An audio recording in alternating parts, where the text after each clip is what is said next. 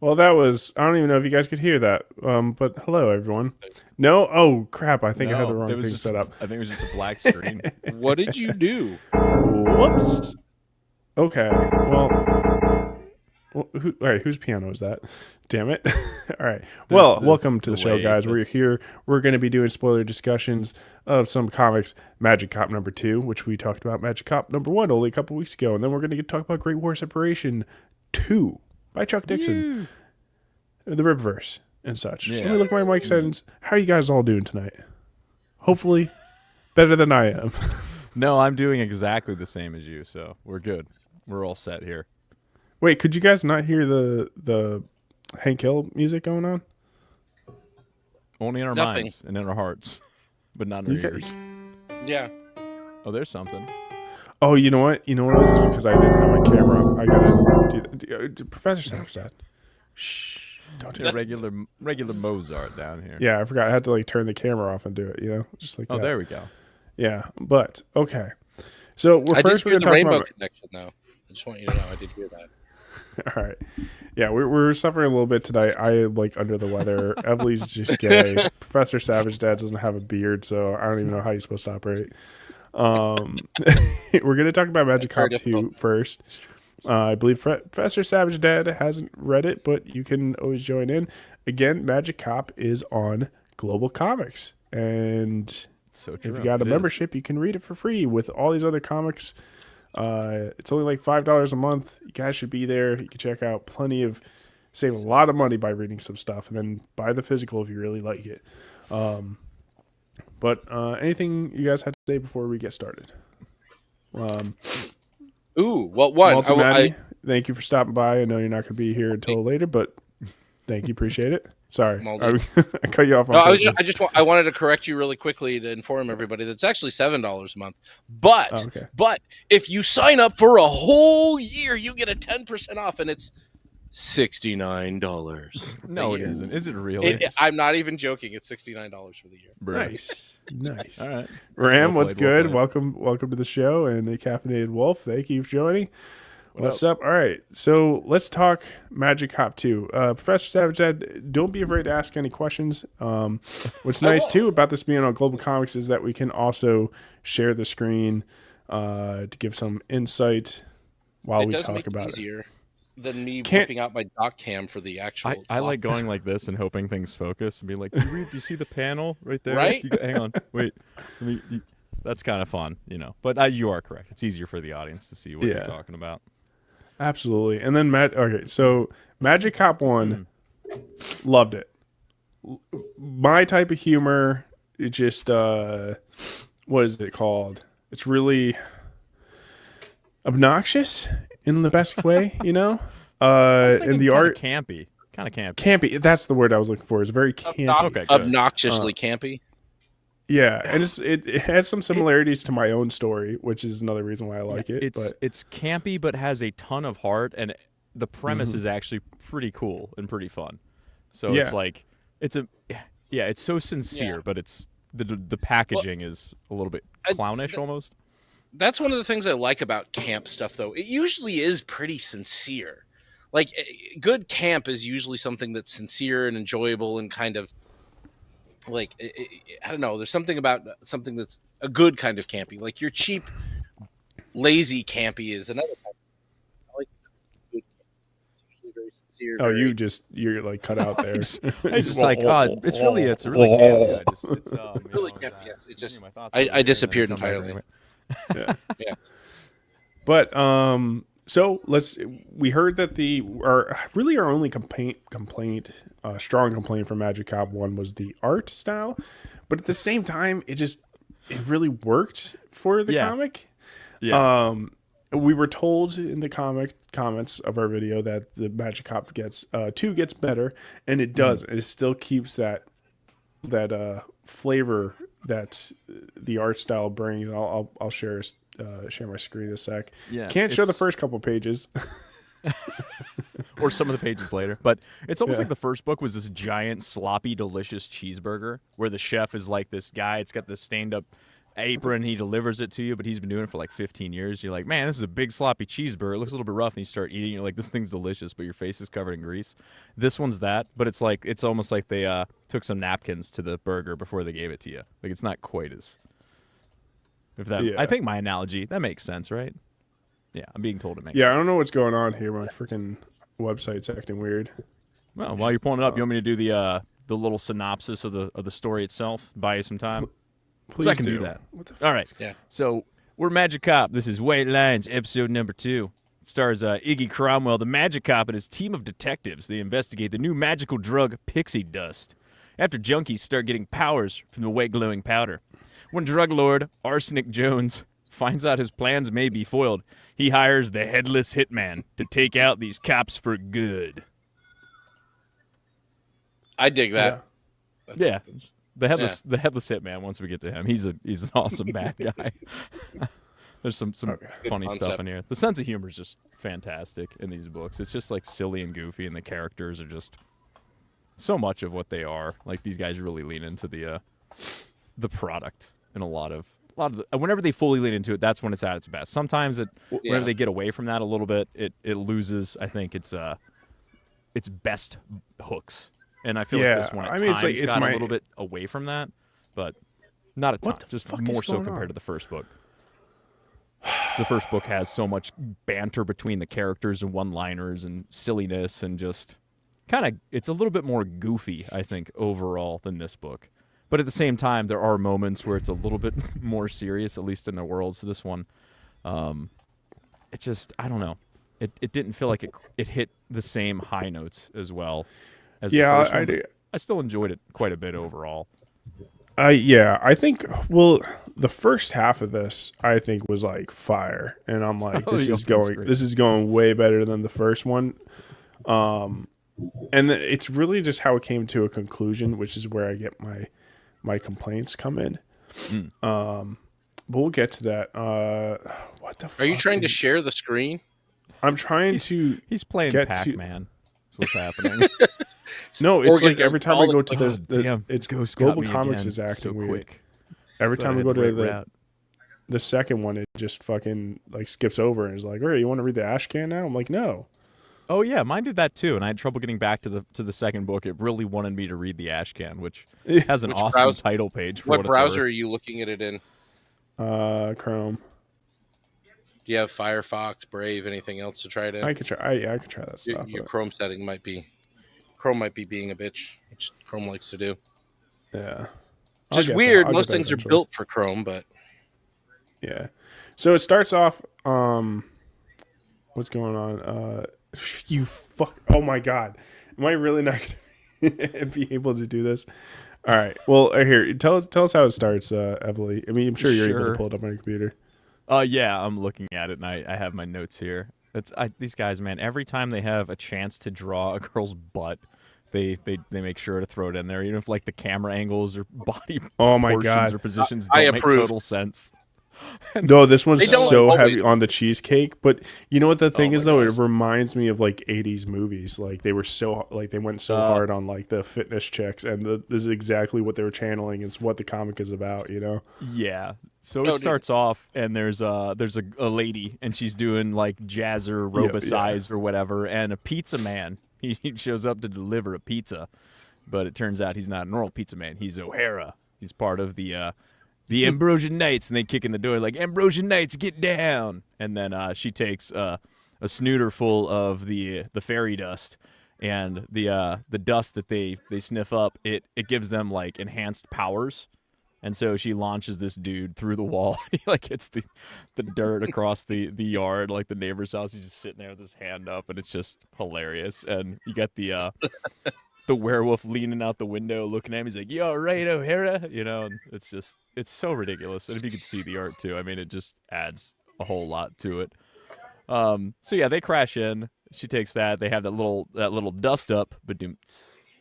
And you learn that this dust makes anyone a wizard. Silvermoon, the werewolf, does blast the witch, and they end up taking her into custody, I think. But there's a pretty good battle in here where he gets ready to like shotgun her, and she or Iggy hits his shotgun with his magic wand, and it turns the bullet into one of those punching gloves on the. It's like the Roger Rabbit, that the thing goes, like the old cartoons with the glove at the end of it. So it's like a retractable punching thing. Punches her in the face. And then, of course, after that occurs, you get the opening credits where they literally have it. It's like the credits from an old show where you have the scenes of the beach and the aerial view of the girls laying down and the cool sports cars. And it's like screenplay, Philip Diaz. There you go. Set and costume design, Brandon Diaz. All that good stuff. So that's the opening. Yeah, it's fun stuff. And then we cut to the office, and they want to question the girl, I guess, that they took in, but it turns out she dies from an overload, which is like an overdose. And then you get this. So they do they check out the body, and it's just they have the body on the table, and dude, it's just legit. unnecessary topless shot. It's just so and the boobs are just wonky. And the doctor that's helping out, he's got this plague mask. He's wearing an ankh. But the plague mask has a green thing. It's just so, it's so goofy. All right, and you saved me with that link. He's analyzing her with is he's got a flask with this swirly tube and electricity bouncing off of nodes. There you go. So this is the opening. Yeah, this fight is what I you was just described. Yeah, earlier. and the first couple pages of that girl in the top right corner, her stretching in all different positions. Yeah. Which is just again, sometimes cheesecake can be a little bit much, but this is for the setting and the vibe that they're going for the 80s camp. It's perfect. Yeah. So they're at the office after this, like I was talking about. They do the whole thing of the body, and then right after, can you go to the Ricky Rouse page? They're examining the body, and they find out this girl's dead from doing too much of the pixie. Yeah, dust. after they arrested. She had a magic overload. I cannot show you that page. Not that one. The one after that for Ricky Rouse. Oh, Ricky Rouse. Mickey Mouse. Oh. Yeah, Ricky Rouse. I was confused by Ricky Rouse, so I'll help you. I was too. Yeah, it cuts to this after this scene of this dead girl, and they're checking out her body. I'm like, what is happening right now? And then, of course, it pans out, and they were watching the cartoons on the TV or what have you. Yeah, I don't know. The green chick, she's a witch. She's a witch. Yeah, and she's always commenting about people's noses. Her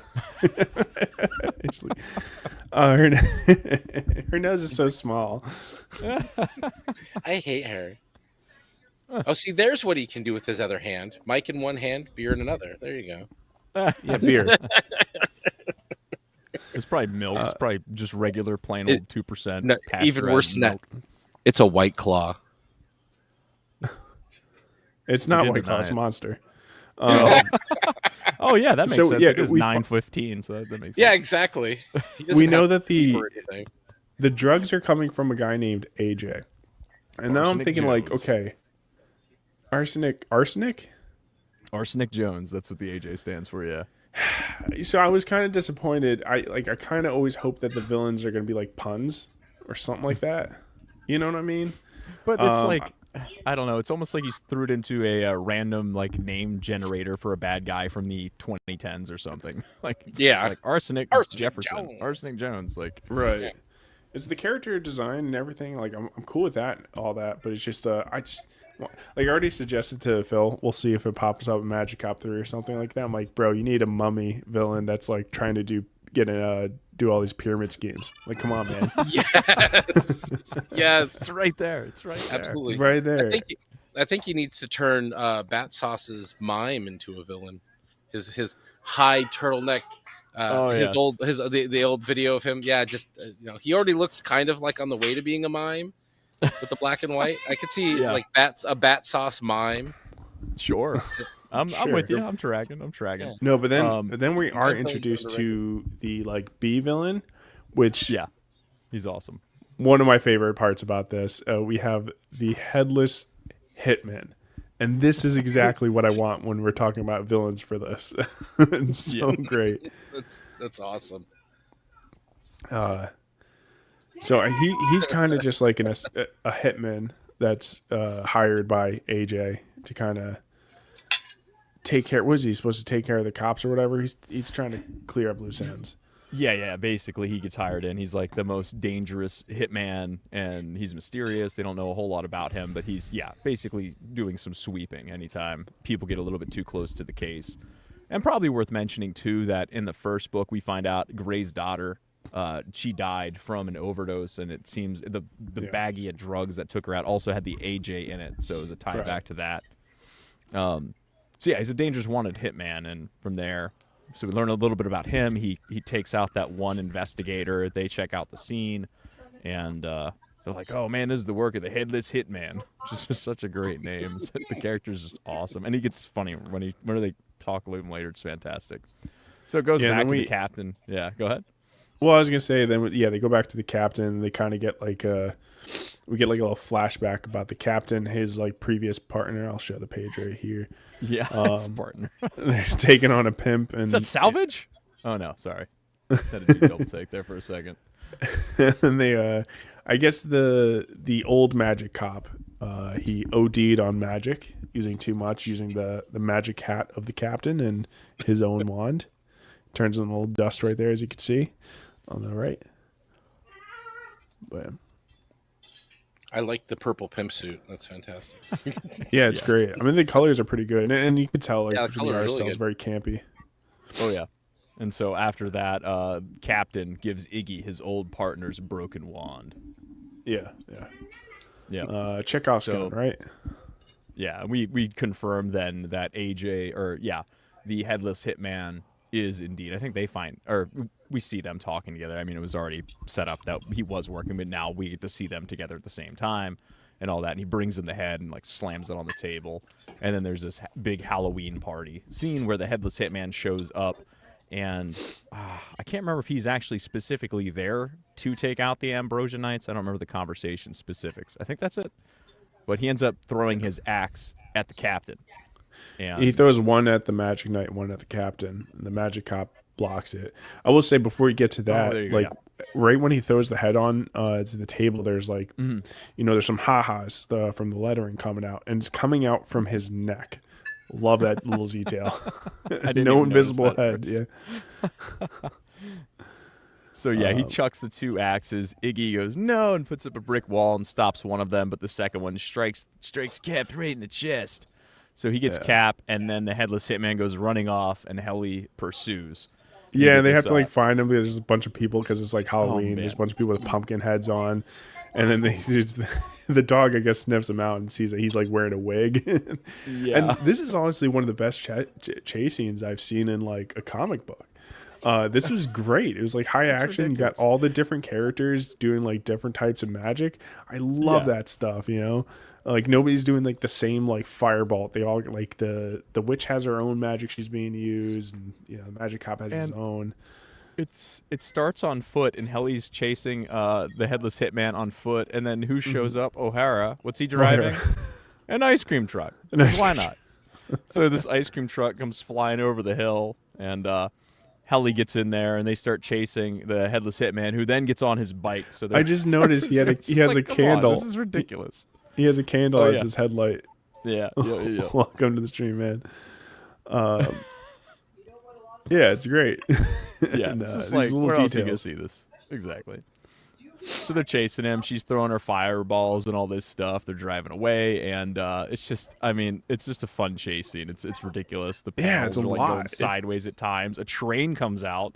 So the train goes, he gets across the tracks, right, and Helly's like, I'll continue to pursue him. I'll just get on my broom so I can keep chasing after him on the broom. And then she tackles him off of his motorcycle from her broom, and they wrestle a little bit, and then he gets the upper hand, and that's when that chapter ends, and it cuts to chapter 3, where it picks up where we left off. Yeah, all I can really say is like, bravo. This is a great chase scene. I agree. And then we get O'Hara just knocking the lights out on and she puts her broom back together. I love that it's just like a modern broom. Yes. And I like too, as he's punching the glasses, he's snapping the glasses in half. So it's like, what did he hit? Like he hit his face, I guess. It's like, does he have no head? Is he invisible? It doesn't really matter, but it doesn't make see it is fucking long. What? Dude. That was taken by the CIA to become. God damn it, Professor. I don't know what's happening. We're running a professional show right now. That's right. We don't have time for How dare shenanigans. Yeah. So the fighting wasn't even done after that punch too. It's just it kept going. It kept elevating. She pulls the pot out of the ground. And it's another one of these shots where she's got like her butt up in the air, just like the low camera angle. It's like, come on. I honestly was surprised this wasn't done. Like this didn't end after they caught the headless hitman, because this was fantastic. Yep. And so Helly ends up. Go ahead. Well, I'm just saying it's like the story and everything. Like it's an A+ up into this part. Johnny Ray Kirchhoff. God damn it, Savage! You have a video playing. We can hear it. She puts the headless hitman in a cage, and I like the line that O'Hara delivers whenever they have the hitman caught, and he goes up and he puts his finger in the cage. He's like, "Sit down, you ponk." P-O-N-K, ponk. He's always calling people a ponk with his accent. I love that. Anytime he calls somebody a ponk, I'm like, yeah, get him, O'Hara. So after that, where they take, they got more hint to AJ, and now they're like getting ready to do this thing. The headless horseman, but it turns out he's a mute. He doesn't have a face, so it's like, he just laughs. Wait, I don't know if he laughs. Does he even laugh? They just say at one point like, "Oh, you're a mute, huh?" And he's sitting there like, answer the question. He doesn't have a face. He's just sitting there like, I don't know if he can actually talk or not. So that made me laugh. I don't know if it was intentional or not. I thought he could talk, but yeah, he just ahas the entire time. So they get the hint, that AJ was tied to all this, and and it's important to note that the captain's dead. The captain is dead. Yeah. Oh yeah, I forgot to mention that. Pretty big deal. Which I was pretty surprised something that serious happened. Now, yeah. Right there with you. Yeah, I was like, man, I liked Cap in that early. He's just boom. You don't hear you. I found the tab. So, they after that, what they talk to him, they see that there's a connection, and Iggy basically shows Gray the piece of evidence that has the AJ or whatever, and Grey Wolf connects the dots that this is the same drug dealer drug that was tied to the death of his daughter in the previous book. So now he's like, really invested. We cut back to AJ, which his design, he's kind of like Elvis, sort of, but not quite. And so he's very much into his own supply, and we get a scene here about how exactly they're getting the pixie dust. Which, do you remember how they get the pixie dust? Oh yeah, great. Shoot them and spank them. This is a great piece right here. You got AJ just cranking it out, and I love it out the pixies. Dude, this chicken guy I think is being arrested in multiple scenes, and I think he got arrested in Magic Cop 1 as well. Oh, did he? It's like a running joke. I didn't pick up on that. Joke. I feel like we saw Chicken Man getting arrested in Magic Cop 1, so it's just it's always a chicken guy getting arrested. So it's at that point we're introduced because, like we said, Cap has been killed. So they have a new lady captain, and of course, who is it? None other than the captain's daughter, Gilda. Yeah. But she's not too happy with how things are going, so she throws the boys off of the big case and sends them to start raiding and arresting smaller poof houses. And so they go around and they start busting all the smaller poof houses. Yeah, they throw a fit. That scene too, like the art where they're throwing a fit. It's just like. It's a great frame to kind of capture the tone of this book, where it's like it's kind of janky, but it makes it better. Yeah. So, yeah, he's like slamming. He's getting ready to punch the phone or whatever. He's roundhouse kicking the chair over. It's good stuff. So they start doing that. They're driving their cool 1980s sports car and rounding up people, getting all the bad guys. They're like collecting them. Between the magic wand and Gray's shotgun, they can cast like this bubble that they put a guy in. Yeah. Yeah, like they can put different type of magic shells into his shotgun. Nice touch. Yeah. So they start capturing all these guys, and they bring them back to the station, which bringing all the bad guys from all the different poof houses all together to the station. Ooh. Is that going to work out? I don't know. That was their plan all along. It's the plan. Yep. So AJ shows up. Yep. Well, yeah, then they break free. Yeah. They break free and they're like, "Oh, this is an ambush," because they had magic on them that could break them out of the chains and stuff. So the brass knuckle Jones. And they carefully place destruction on the wall to make sure that it doesn't have the F-bomb actually written out. Yeah. And so there's a whole fight sequence that goes on here. Then I love the pose and it's the page after AJ is choking Ignacio. Oh Iggy. yeah, this one. He's doing the pose on the right there. I don't know what that pose is. Like he's like kind of just going like that. I don't know what he's doing, but I love it. Yeah, this was nuts. Like this is crazy. Like I can keep showing pages, guys. Go get Global Comics. You guys can see all this. This one, This is so we double get to spread. see part of AJ's crew here. He's got like a pharaoh dude back there. I'm like, who's this guy? And the little horse guy in front. Like, what's that about? Yeah. Let's boogie, Bubs. It's just like such a dumb line. It's great. It's like, yeah, you punk, Bubs. The little names, the quips thrown around. So there's And a fight that basically, it's goes just on. pages of high octane magic fighting, and I'm loving it. Yeah. The only problem, because we can kind of like skip over, it's literally just pages and pages of them fighting. I do want to point out though, these pages are cool because they switched to all black because they're fighting in the dark, so the magic is very colorful and bright and neon, which is a lot of fun to look at. Yeah, and then so it seems like they're gonna lose because AJ's just taking too many drugs, getting too powerful. Yeah. And then the magic cop, he takes on the magic wand that he got from the captain and the captain's hat, and his monocle, I guess, too. Yes, of course. Why not? So this is like ups his power level, sure.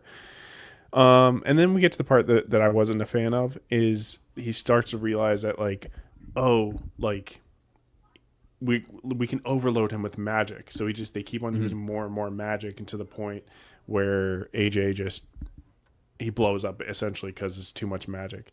And I've seen this done so many times, you know. Really? It's just like, oh, like, you know, let's just feed him more of whatever, you know, magic or whatever we're doing, and then it'll overload them. I feel like I've seen that. I don't have any examples on my head right now, but I know I've seen that done a bunch of times, and I feel like they think it's like a smart way to overcome a challenge, but I'm like, it's not. It's been done so many times. The only reason I didn't have a problem with it is because earlier in the book with Captain, his partner did the same kind of thing. He used too much power to stop the bad guy, and he like turned to dust. Yeah. And also, in the other stories, was the panel following the guy turning to dust as good as these two are? Because the two panels after AJ turns to dust, where you have the kid riding the ice cream bicycle whistling, and then the cleanup crew coming in and just vacuuming up the guy because he's just dust on the ground. Yeah. Yeah, in the top there. Yeah. Well, it's one of those things. It's like, because you know, I feel like with these magical people, like you need fun, witty ways to beat them, and I feel like if they were more thematic, you know, like a mummy, and then like you unravel their whatever, the toilet paper, and they're dead or something like that. Like for example, in my own book, I have a moth monster guy, and the way that they beat him is they comes up with a really stupid idea of exploding like a battery thing that makes a giant light, and because the guy's a moth, he can't not be attracted to the light, so he kills himself in the fire. You know, that type of stuff is like how I would like these problems to be solved. Yeah. You want the Scooby-Doo methodology, is what you're saying. Sure. Sure. No, it's just I promise you, I'm sure Grok or AI can come up with plenty of examples. The overloading the battery type. Oh yeah, it's been tons. Thing has been done a bunch. Yeah. Okay. A very common supervillain defeat the supervillain trope. Like it didn't used to be, and I couldn't tell you exactly the first time it was used, but I know you've seen it in comics. If you've been reading comics for a long time, you've seen it before, or you know, watching even cartoons. It's translated across all the types of medium. Yeah, and then so we're left with a hint, not a hint, that we're shown that the headless hitman has escaped prison, and great on that. Can't wait to see the headless hitman again. He's a great villain. So yeah, I don't know. Overall thoughts, Emily. I was again like the characters in this book and the world, the setup. It's too damn fun, and it's goofy, and it's just always a good time, even if it doesn't, again, like hit every note I wish it would at times.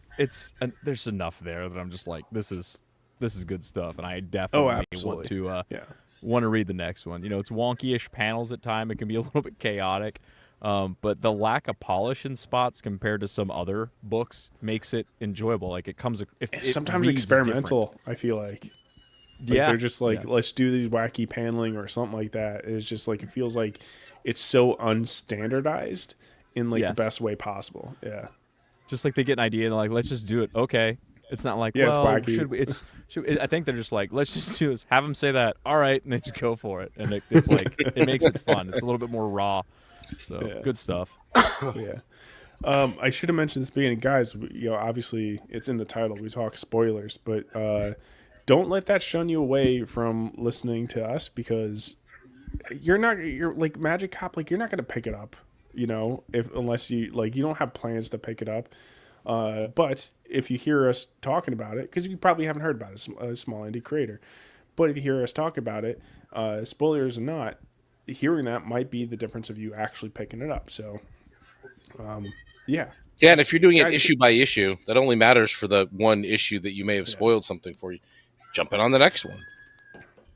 Well, people need to be more comfortable with hearing spoilers, especially in the indie community, because it's just like, you can't keep that stuff. Yeah, because like if it's a popular IP or something like that, it's way easier to be like, oh, don't tell me anything, because, well, it's a popular IP. The IP alone is what's going to drag you in. Like some new small indies, like, I got this great idea.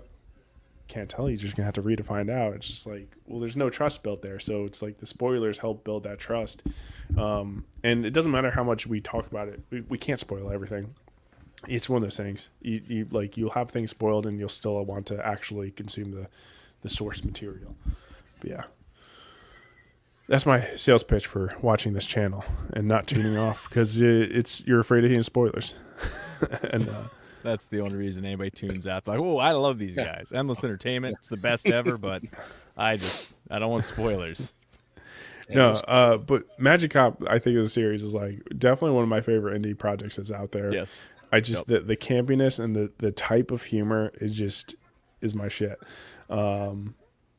So I can't wait for the Pyramid Scheme episode to come out. That would be pretty funny. Yeah. There you go. Nice. The Magic Cop Magic Cup.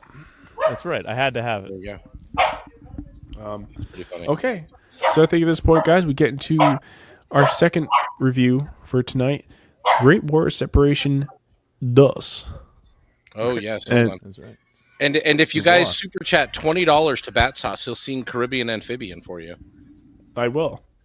What is Caribbean Amphibian? Yeah, it's a Kermit the Frog song. I will do it. Super chat me $5, I'll do it. He likes singing, so actually, I believe it. He probably, we had to twist his arm. Compliments, he might do it.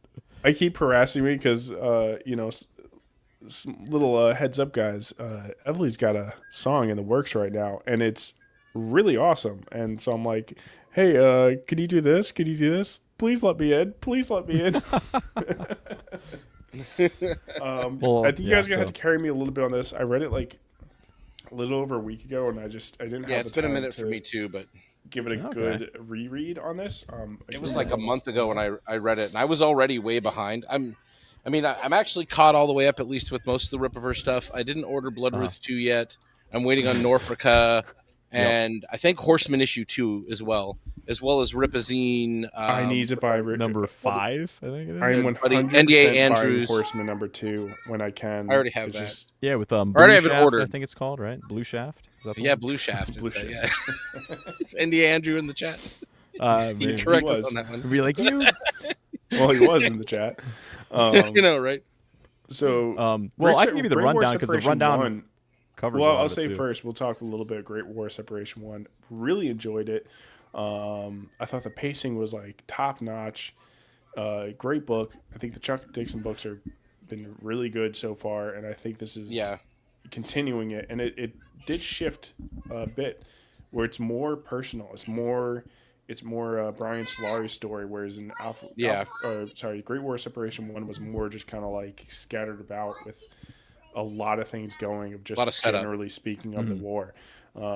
So I think this is a nicer shift, but yeah, I think as scattered as one was, the way that Chuck Dixon did it, it was like really awesome. Yeah, I thought that he did a really good job of building something.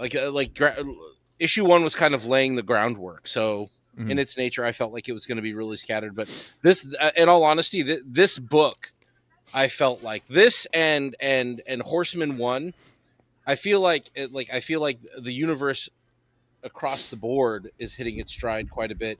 But definitely Chuck Dixon is like hitting his stride in this universe.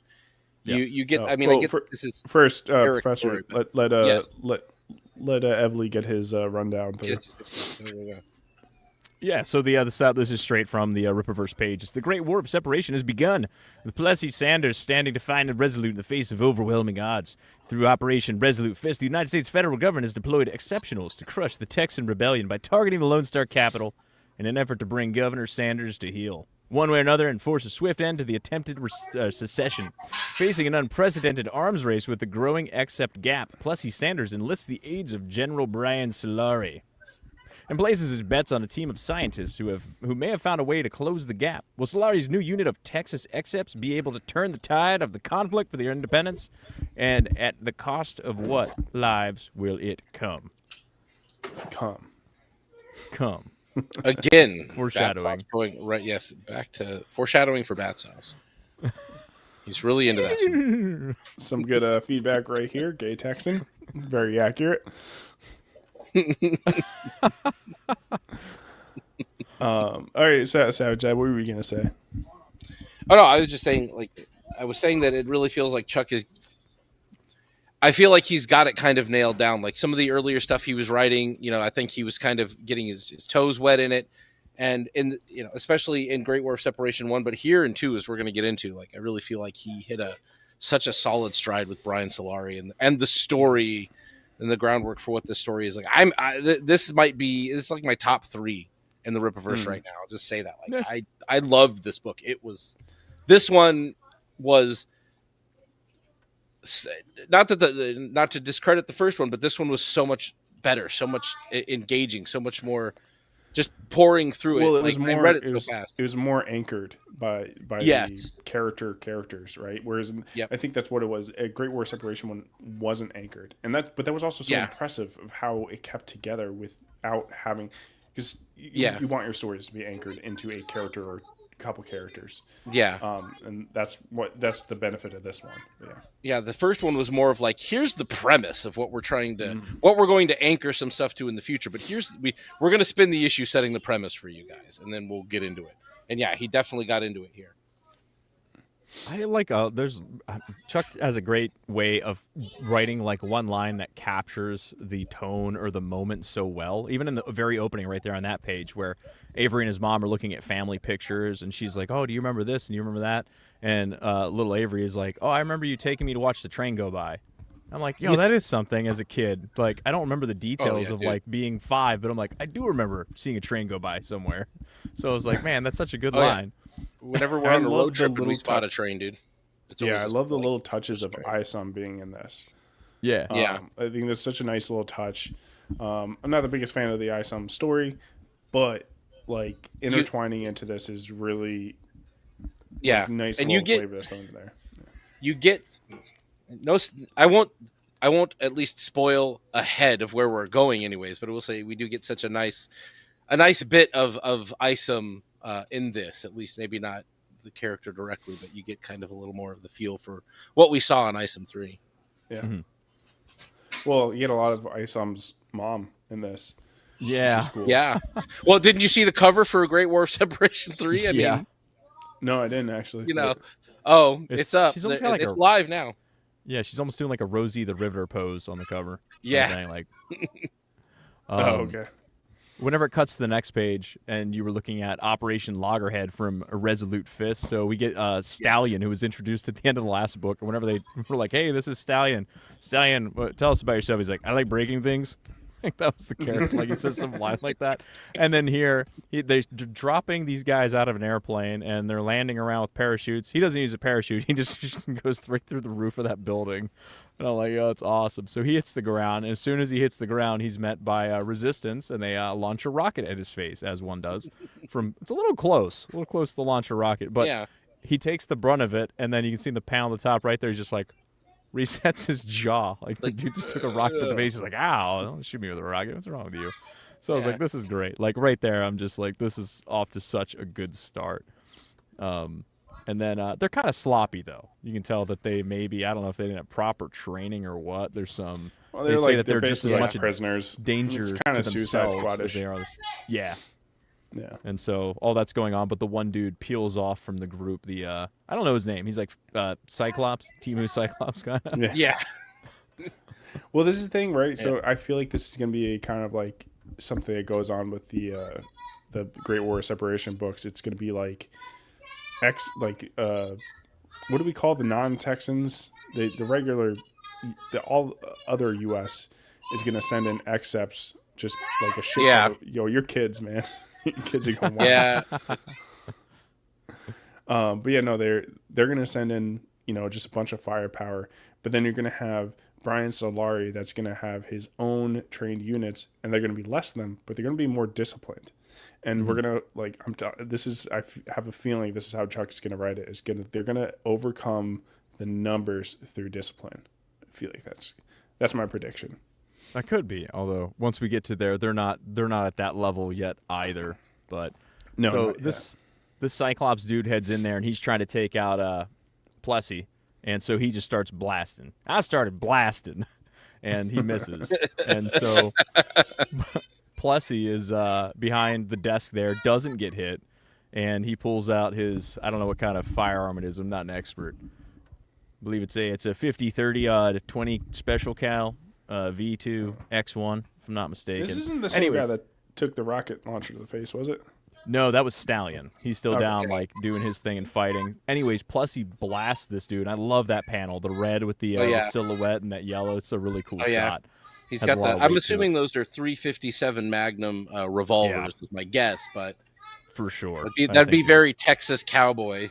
But yeah, I love the, I love the panel work on it. Yeah, that was definitely awesome. Absolutely. I love that. He's dead. His eyes are still kind of glowing out. Yeah. I love the field promotion we get in the next page. You're like, first class. Not anymore, Lieutenant. Even before that, whenever they're checking in on Plessy and he's just like sitting there, like dude just tried to assassinate him and he's just sitting there looking bored, sipping on his bourbon. He's like, that weird ass bastard must have thought he was invading Connecticut. Just like totally unfazed by this event. Just no, geez, dude. Oh yeah, cold. I love this. Yeah, where is this governor? We need this man in American politics today. Seriously, as long as I agree with his politics, that's a scary fellow. Yeah, I know, right? It's cold. Oh yeah. No, that was definitely. I love that they dedicated a whole page to kind of setting him up as that much of a badass too. Yeah.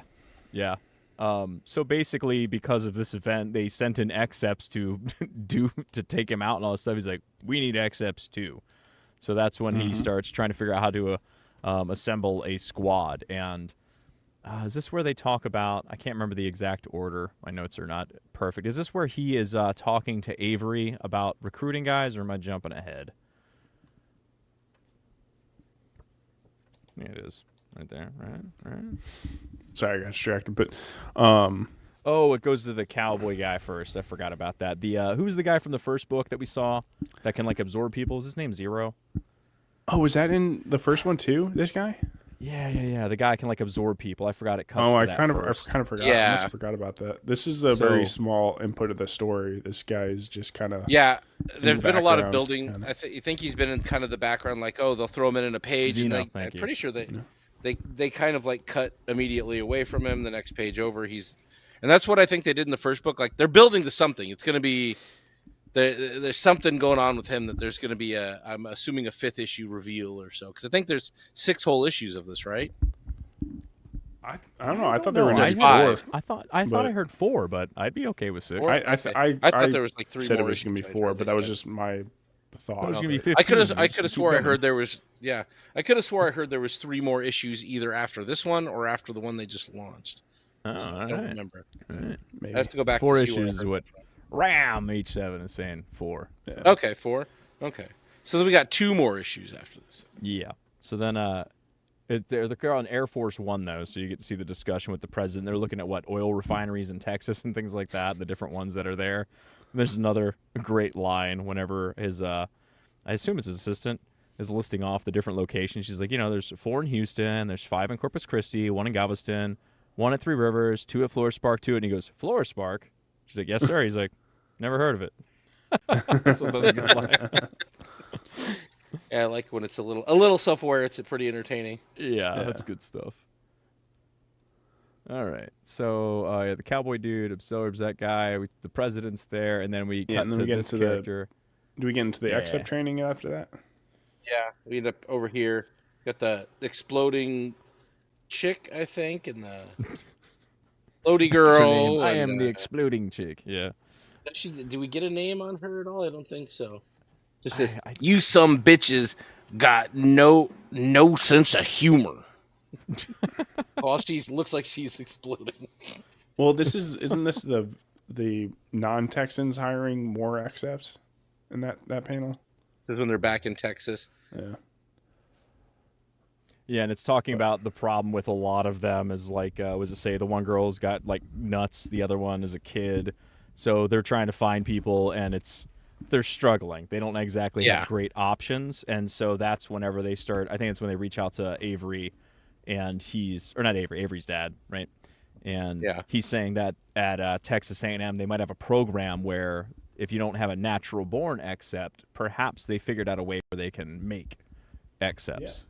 Yeah. And so they start investigating that, and they bring in Solari to be a part of that program. Correct? Yeah, so that's interesting. I thought I would have figured that Solari was like natural born accept, but I guess he's super soldier, which makes sense. Yeah.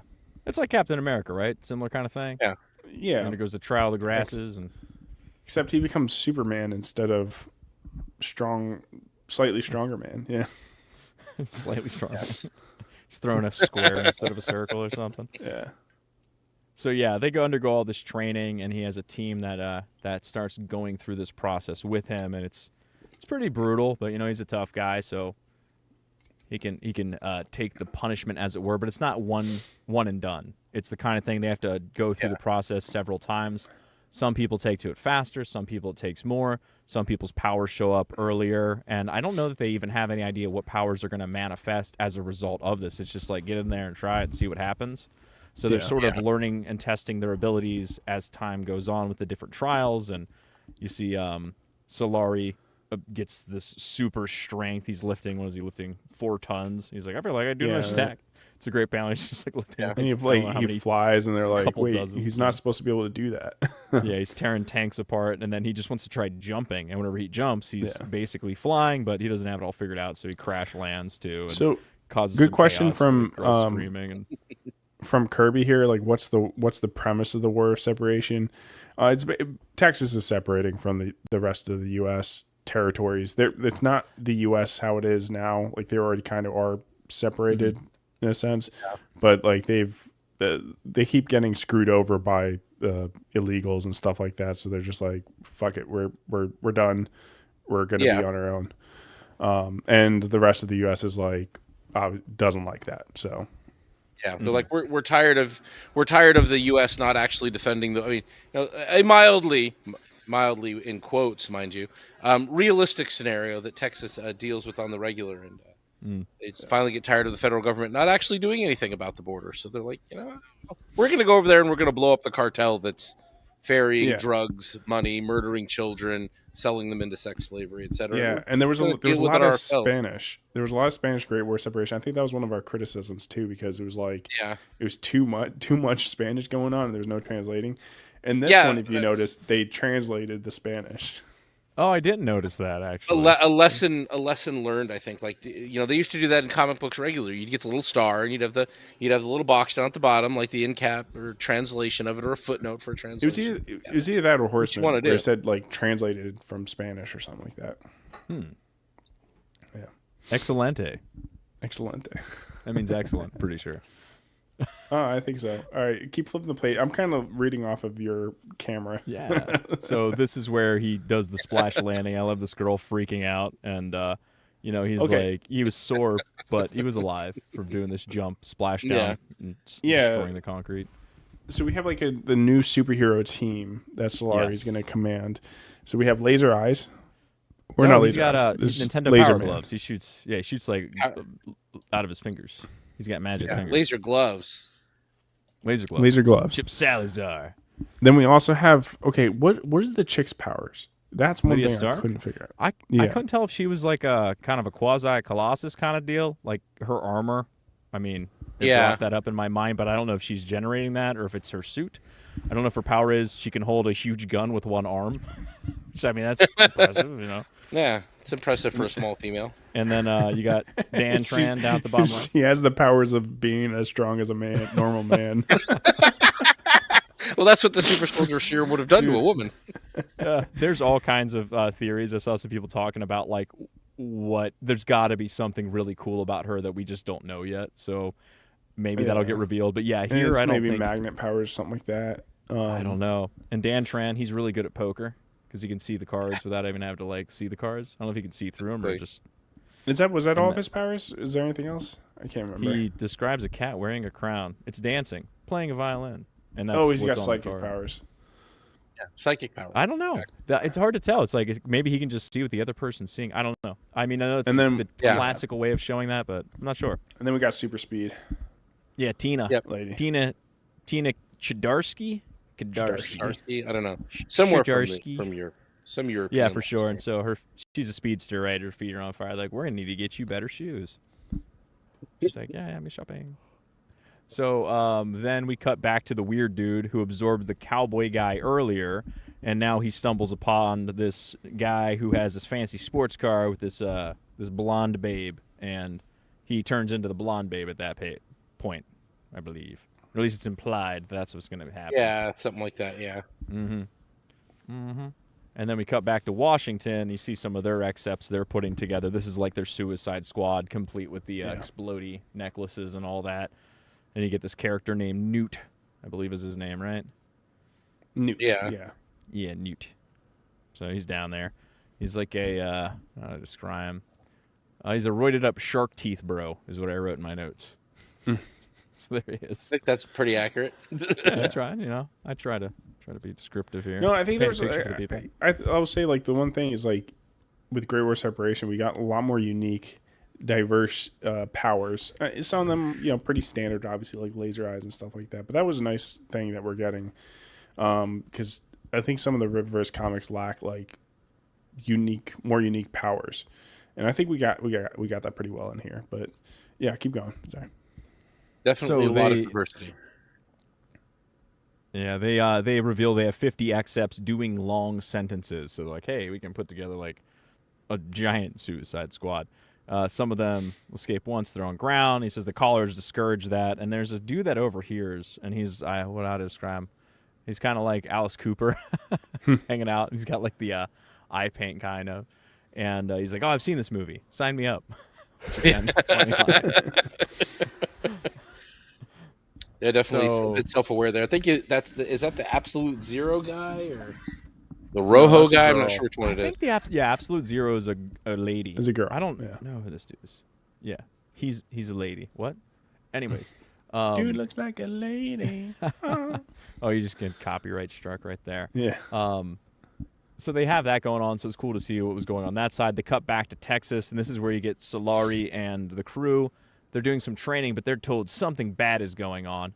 And one part I forgot to mention on the previous panel, they're saying they have all these exceps, but they have something they're going to give them that's going to give them an upper hand. Because last time they sent them in, they were too easy to take out, even though that guy took a rocket to the jaw. It was like, plus he just pulled out his guns and shot the one guy. So like, we need to make sure bullets can't hurt them anymore.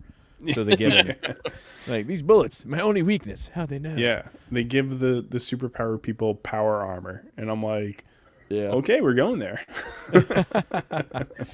So Solari and their crew are training, and like something bad's going on. Look at them chemtrails. I mean, there's rockets in the sky. We don't know what's happening, and it's called Operation Stranglehold. Yeah, I don't know. a ton of rockets with armor-clad power suit Exeps inside. Yeah. And so as this is happening, young Isom and his friend are like, yo, spacemen, we have to run towards them to see what they are because we're children. So, of course, it's what we're going to do.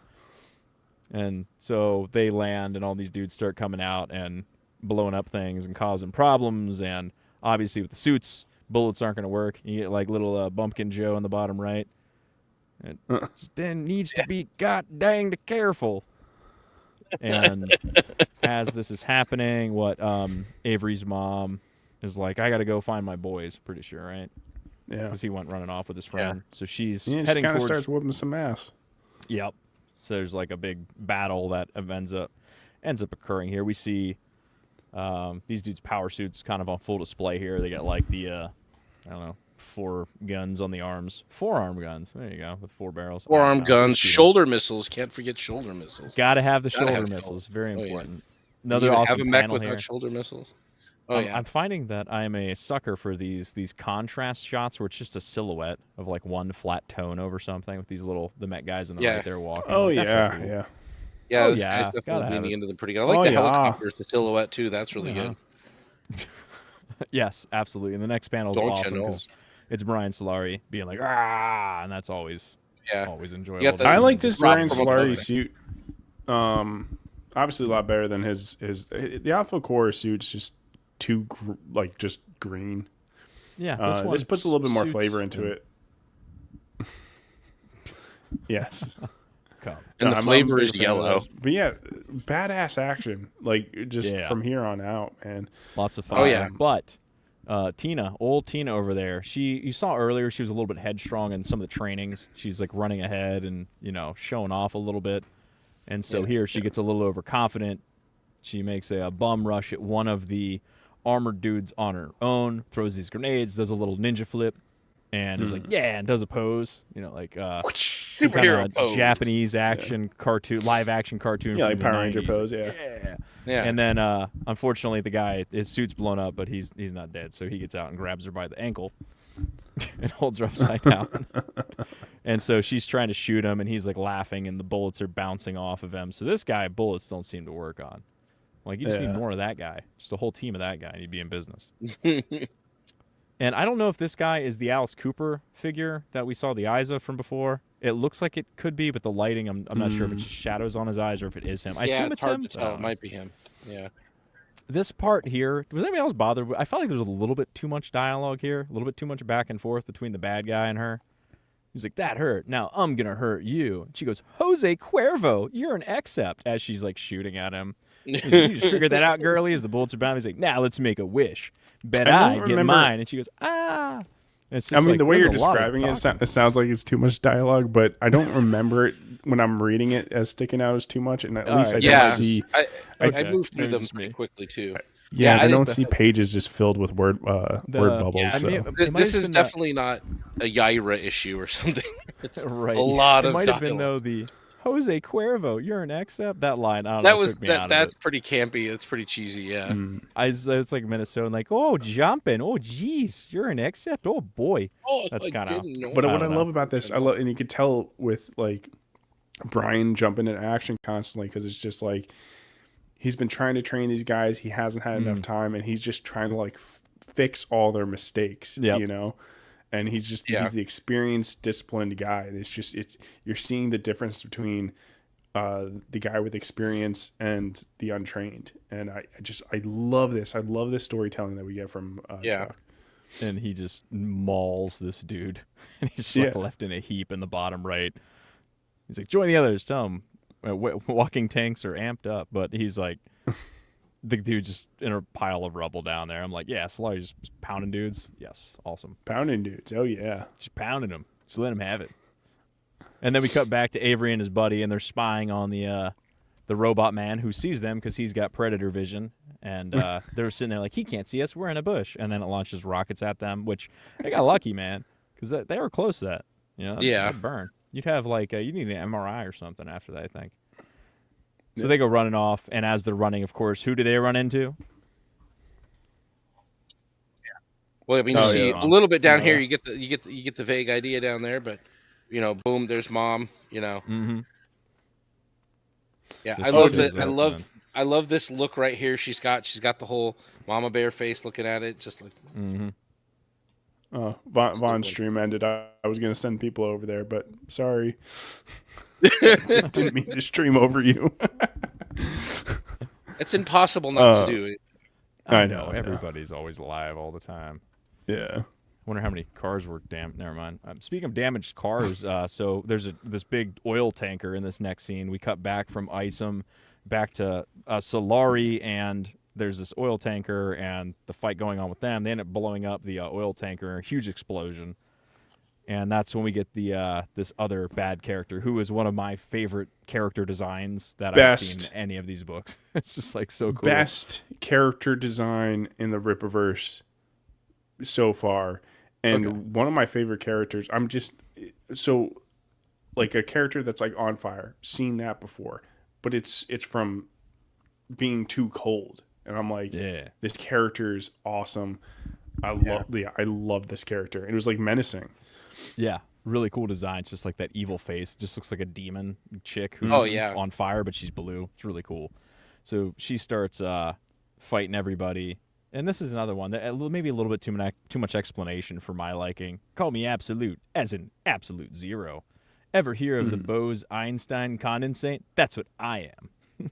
A living, breathing violation of the thermodynamic laws. So cold. So I will say, it's like almost again, it never stuck out to me, but like the amount of people that complain about the powers not being explained to anybody, and we complain about it too. No, I don't know if that's why they did it, but like it is kind of funny. It's like, well, she explained her powers, and now it's like, yeah, I don't think your criticism is invalid, but it's just in the heat of the battle. It feels a little weird to me. It feels like anime-ish or something, where they always like tell you what they're maybe thinking, it's because I'm like so used to watching anime. I just and I'm so if not, you I'm explain your probably power, it makes it more powerful. You know that, right? It's not bad or anything. It's just it was a little bit wordy for my taste. I was like, "What is this lady?" And she's like, "I'm going to explain to you what I am right now." And I'm like, "Oh, I wanted the mystery." Yeah, but I feel like her explaining character. I do feel like her explaining her power made it more menacing, though. I mean, I kind of get that. And right there in that top left panel, she killed that dude. Yeah, dude. And she also like Chip? is not afraid of anything. You know, R.I.P. Chip. Yeah, so that's it's now we're making characters, we're making it feel like for the reader that these characters are not safe. So that's excellent points right there. There's stakes in a comic book, which is rare these days. Stakes that are rare? Sounds great. But then, like, you think, like, oh, they're all screwed. They're like, all right, they're going to have to come up with some, like, big plan to take care of her. It's like, no, Brian Solari's just going to grab on her and deal with the cold and toss her into the ocean. Yeah, he says, hands off, Frosty. I think what you need is a day at the beach, and throws her. And then she palooshes into the water. It's never and then it freezes the water around her. Yeah, I thought that was great. That was a really creative way to defeat her. Bubbles as she's in the water there. Oh yeah. It was a shame though. She was such a cool character. I'm like, she's already gone. Like, I'm like, that was the one problem. Like, that was the one problem. Dang it. Do we get her to come back? I mean, she's just frozen at the bottom of the Gulf of Mexico, or the Gulf of America. That's could she be recovered? Be Texas, I don't know. Yeah. That's a good point. Maybe they'll bring her back. Maybe they'll be like, she's cool. We'll just make her a good guy. They need to. I mean, that's what I imagine. If people like the character, I would imagine that it's probably, they didn't dispose of her in such a way that it's like they can't just bring her back. So it's like if people think it's cool, then I would imagine Eric will just be like, we can. Yeah, no, she's still alive. They just fished her out. Sub-Zero's returned. I was so upset I couldn't think clearly, but everything you're saying makes great sense, and I would love for her to be back because she's just too cool. Yeah, no, it definitely makes sense if she came back. It's a question if they will do it. And I'm like, please do it. So after that battle, they survive, but Solari's like, there's going to be a lot more. It's going to get a lot worse. We cut back to Isom's mom, and you can see her. Another one of these great silhouette shots that I love so much with the mech and her, and you can see the size difference there. Yeah. But, she's tough, so she starts punching this thing.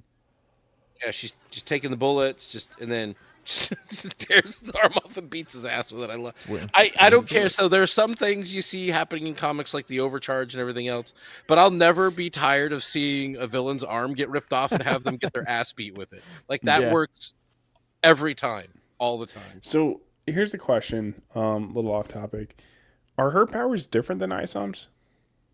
I don't think so. I think these are the same. I think she just I think we're seeing her use them at more of a because when we saw Isam, he wasn't necessarily quite as sure of his motives and his actions, and I think in this moment she's probably at her peak. Yes. This is her power. He has really complicated powers, but then the niece has completely different powers. True. So yeah. I don't know. Maybe they are slightly different, but as you saw in Isam 3, him and his mom were talking about it. I think that there's some sort of lineage, some sort of way that's passed down. I think it's a power that's kind of a little bit like Bloodruth is, how it's something that's transferred over the ages amongst family. Maybe that's my guess. We'll see. I like this part, the line at the bottom here where the fight's going on, and the mom's like, "Avery, I told you to get your butt home." Total mom line. And then the car smashes her. It's just like, jeez. Another great line. And so, yeah, the car smashes her, and then what's his face? The dude in the suit gets on there and starts turning on his little flamethrower deal. And that's when Isam is like, "All right, I'm going to fight you, guy." He's like, "You ain't a robot, you a man." Who's really dang ugly man? The Johnson Farm mystery. It was you. It was Newt all along. So he tears his helmet off, and it's Newt, and he starts punching Newt in the face. Which is always fun to watch bad guys get punched in the face. Oh yeah, yeah. Especially by kids. None of you guys have watched Yu Yu Hakusho, but it's Isam's. Bless you. Isam's the character that just wants to fight. I'm a fan of it. Yeah. If you've seen Yu Yu Hakusho, he's like Yusuke Urameshi. God bless you. All right, keep going, guys. Yeah. The Benadryl's kicking in, man. Benadryl. You took Benadryl and you chugged a Monster? What's wrong with you? No, I had Benadryl a while ago, but I'm suffering Dr. right Betts. now. He took the Monster to offset the Benadryl so he could get through the stream. He's like, "I'm not gonna make it." He's trying to even out. He's just chasing that level. Have fun, man. Thanks for stopping by, Ram. Yeah. So the fight goes on here, and Isam or the mom gets back up, right, and finishes the guy off, pretty sure. Beats him up. And then the townspeople see her fighting, and they're like, "Oh, cool." And so, she's doing pretty good. Should we jump in? And then they ultimately, after she kind of wins the fight, and she goes and embraces Isam, at least she thinks she won the fight. But Newt's down there, and he pulls up his little blasters, and right before he can blast, the townspeople step in and start throwing rock. Yeah, they essentially start throwing stone hands. Yeah. So they finish the job. So it's like everybody's coming together behind them, which is a cool scene. The new countries coming together as one to fight. Yeah. Yeah. I think, it's like symbolism. Yeah, well, we're seeing the repercussions of a bad decision of just throwing fucking superpowered maniacs into Texas to try to win over. And then they're like, "Hey, yeah, these superpowered maniacs that we send over are also trying to rocket launcher little kids." Yeah. And of course, Texas is now they're going to be like, well, if they were on the edge of I don't know if we should really separate or not. Well, now they're full on going to come together and really want to fight against the oppression. Yep. So there's this speech at the end here that Sanders gives, and you get to see clips of more battles and things going on, and dude getting a body bag zipped up, and the people watching him speaking. Yeah. And they say at the end, it was a very moving speech, Governor, but did you sell them, Plessy? Will they believe it? He says, "They'll believe it, Bill, because I believe it." Yep. And he says a face about the only thing that's going to get us through these coming days. So there's that. So the people are coming together, and then of course you get to the final panel, and the creepy Zeno, as his name was revealed to us earlier. He went from being the cowboy guy. We saw him with the blonde chick in the sports car. It's clear that he now is the blonde chick, and he has arrived at Austin, Texas. So I assume he's going to have a significant role in the next book. Austin, I'm Texas excited. is definitely a place where you're going to find chicks that are actually dudes. It's even in the real world. Yeah, great. So Great War Separation 2, A+. Oh yeah, This is a great story. Great action, great storytelling, great art. yeah, across the board. I hope to see more of Jack Herbert on some other books. Like the art was so good. Yeah. Like, you know, I know they had a problem with that. They had like that problem with all that firm they were using to hire artists, and some shit went down. And like, I don't know about you, but it looks like they rebounded just fine. The art has been tip top, man. Well, it's, you know, whatever, you're not a fan of ISM, you're not a fan of EI or whatever, but like the Great War Separation books are fantastic.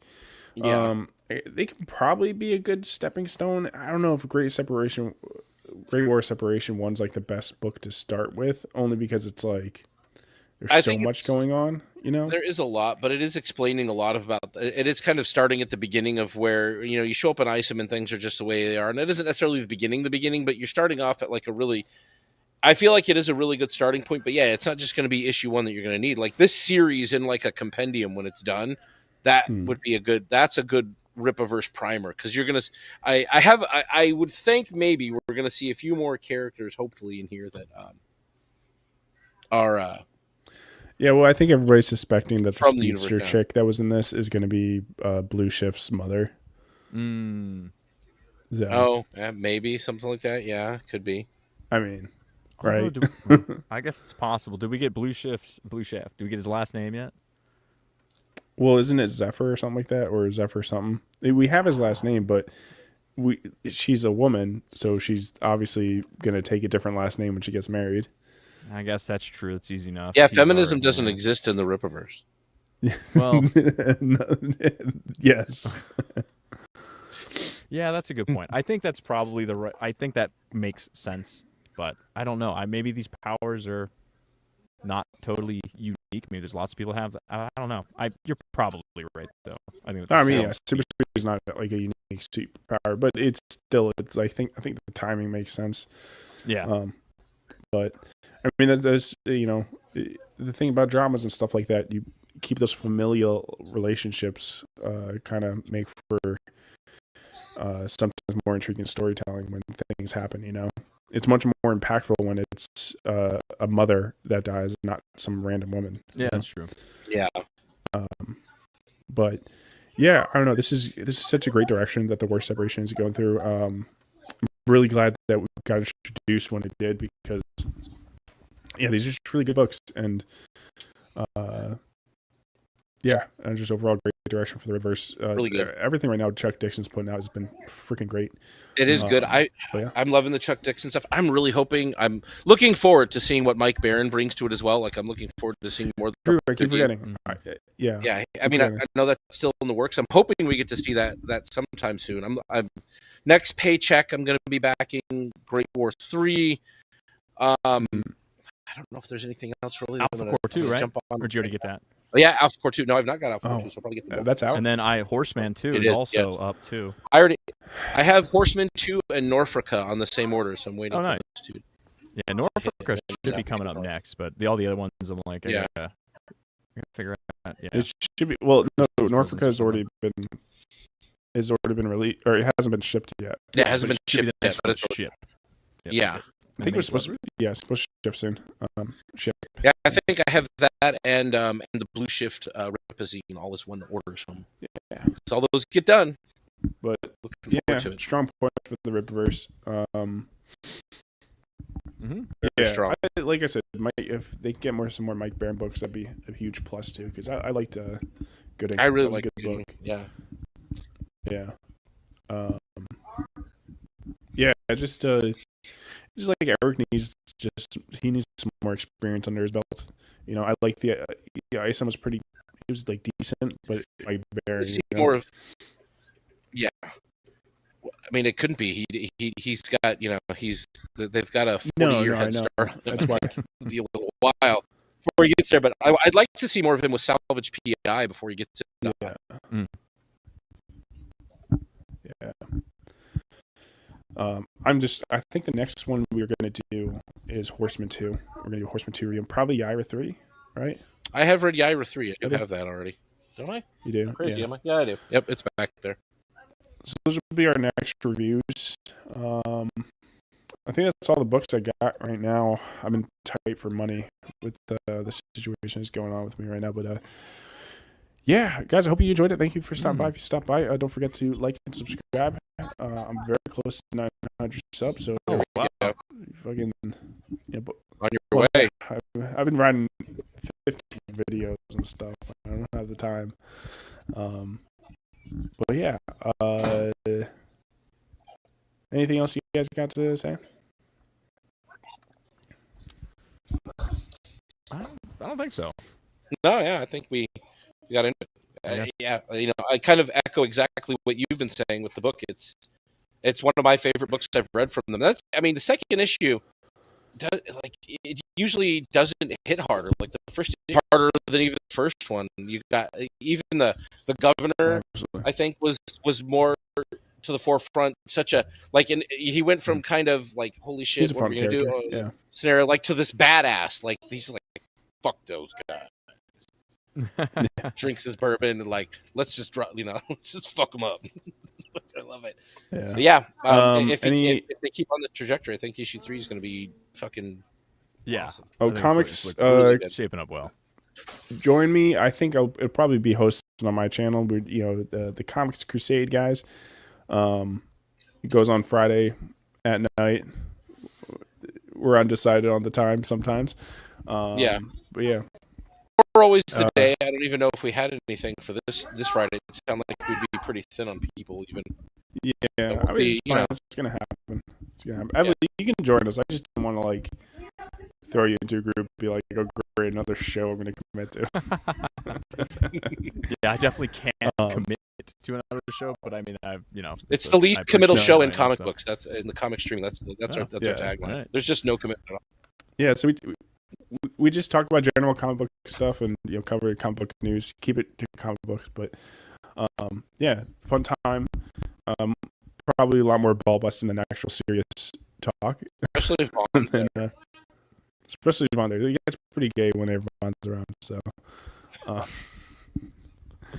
but yeah. Besides that, Emily's got an awesome song on the works. Yeah. So look forward to that. Good. Yeah, I got some major things coming up that have been in the works for a while now, and can't wait to kind of like announce that news. But still a little ways off of that, but it's gonna be fun. Like I said, guys, you've been great. Remember, son, dying is gay. Thanks for joining us, guys. You have a good night. Yes, father. Later.